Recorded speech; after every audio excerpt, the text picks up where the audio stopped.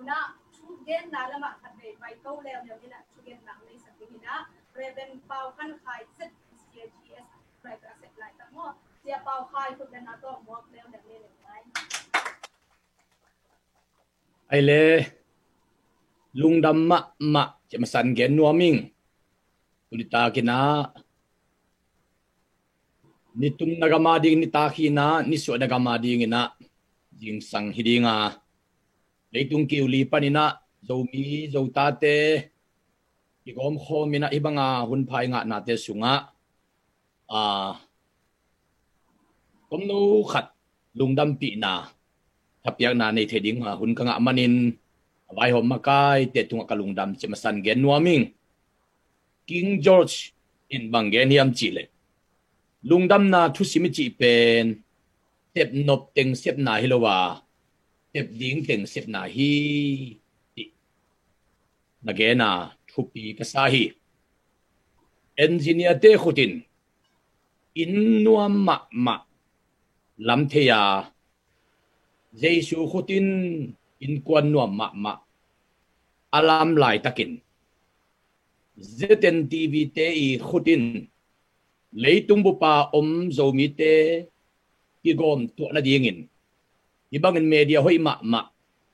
ong lam khia na hi manun nakpi takina lungdam mo hi china lungdam na thu gen nuaming kumni chin hi na lai siang tho kamalin azubili boldan hile hang hi pen carton jubilee ki china second anniversary ti jong hi in bang hi tale to pan kum ni sungina na hoi na pha tampi takong sep sakna denin jong igen kin ta hi adia kina pu som lian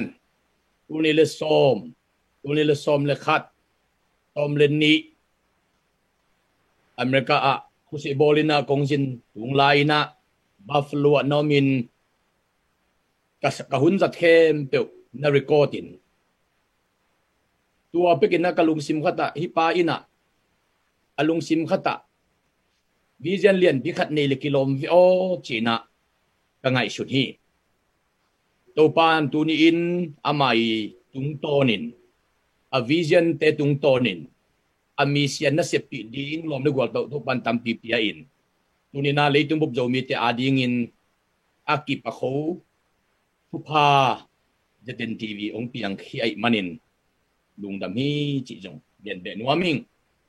do siam na sepna tu ni le gadin ki panin do siam kwan na khem pe jong jaten tv ma in akwan hunding te jong sak to zelin tha ong jong na lungdam na gen nuaming jaten tv pupi ka sak na leman pha ka sak na khan na a zomi hi na I identity ong kip sak sem hi china mu hi ni na zomi te ki zop na ting noi gam mola am te le kopi khota am te ki zop na a zomi te iman phat na ong kilang sak ma hi tin kamu hi li na a zomi te khan to na ong ki thei tu asak ma hi tin kamu hi badak chiangin nga na a inop na ida na te ada khom thei ding anuam khom thei ding in ong ki pe ong ki zom sak hei ma hi tin kamu hi gu na a zomi te ki pum khat sem na ding in tha ong pe ma ong kai khom tu ma khathi chin jong kamua asagi na a zomi te imaban lim chia hi na mi pilte omahi na mi siam te omahi na mi hau te omahi na khang no khang lai khang ham tuai lai khang thak mom no anai gam la a leitung gam tuam toma hibang te imi te su om hi china imaban alim chit na lamet na thupi ine na ding te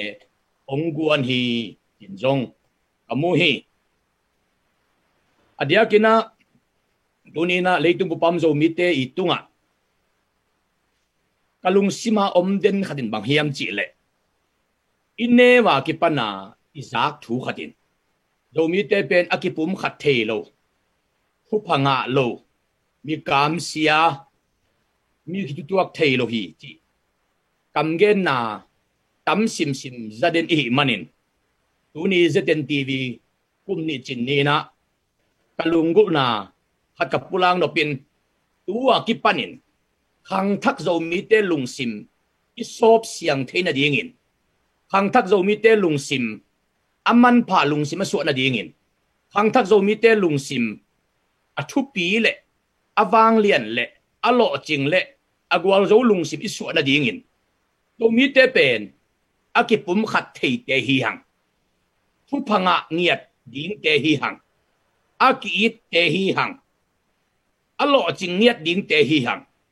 agwal zo ding te hi hang chi lung tang khat ve tunina pula khenuam ka hi zamani kulpi zamani khopi balen kulpi nangon som ni ile kum giat aki khakit yangin tu khale zakol som gele ko kum nem ba kha ni kwani in aki hon ki bangin leitung gam som thum walom zo mi te ikisom na atat khem pe tu ki zak tu na amlo khem pe zeten tv tung to ni na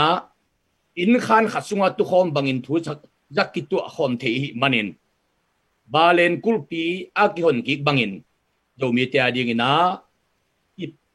aki tat sa aki se sa leite aki pe ki na dingin zeten tv man phai ding hi china moing USA Liberty Bell suatan na dakpi independence angau July nili ni tulkhale sagile som sagile gokumin kitum nailo chichiatin tuazo nili ni tulkhale sagile som sagile gok July ni giat ni akitum bangin tunina uni pen iso mite adingin deten tv tung tonin do mite kha thu taksa thu ikigom tu ana ikizak tu ana tunina suatan na Liberty Bell pen deten tv na onging khesakhi ina atiam te hi wai manin tunina avai hom makai avision nei pi pa pu som lian len kon pi noi zongin to chiangin asema bol ahu apan pi khem tu te zong tu pi ka sa a ei mong khat panin tha pe khem pu zong tu pi ka sa hi na hoi asem te ki mangil hei lo ding hi na hoi asem te ki phok ding hi ipui pa te pian tika asi na han muala uni le som le giatin ka pai lai takun ule pa te han pian tika ahan geiwa na set takina tuang pi khat kitungin to tunga lai gela to lai banggen yam chile their name lives forevermore kichi amawi minte singei lo ding ki phok ding nung ta den ding ipui pate han pian tika asi ipui pate hana igel hi tunina tu zo kum za chiangin zeten tv a asem kha khem pe ileitung pumpi tu zo kum za te nung tanon lo khamai dinga ajong tunia ina sep hoi tunia ina sep man pha pen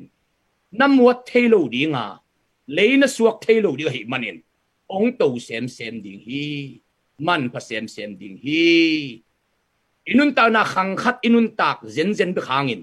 khang tampi tak te adingin thuman pha laman pha avai hom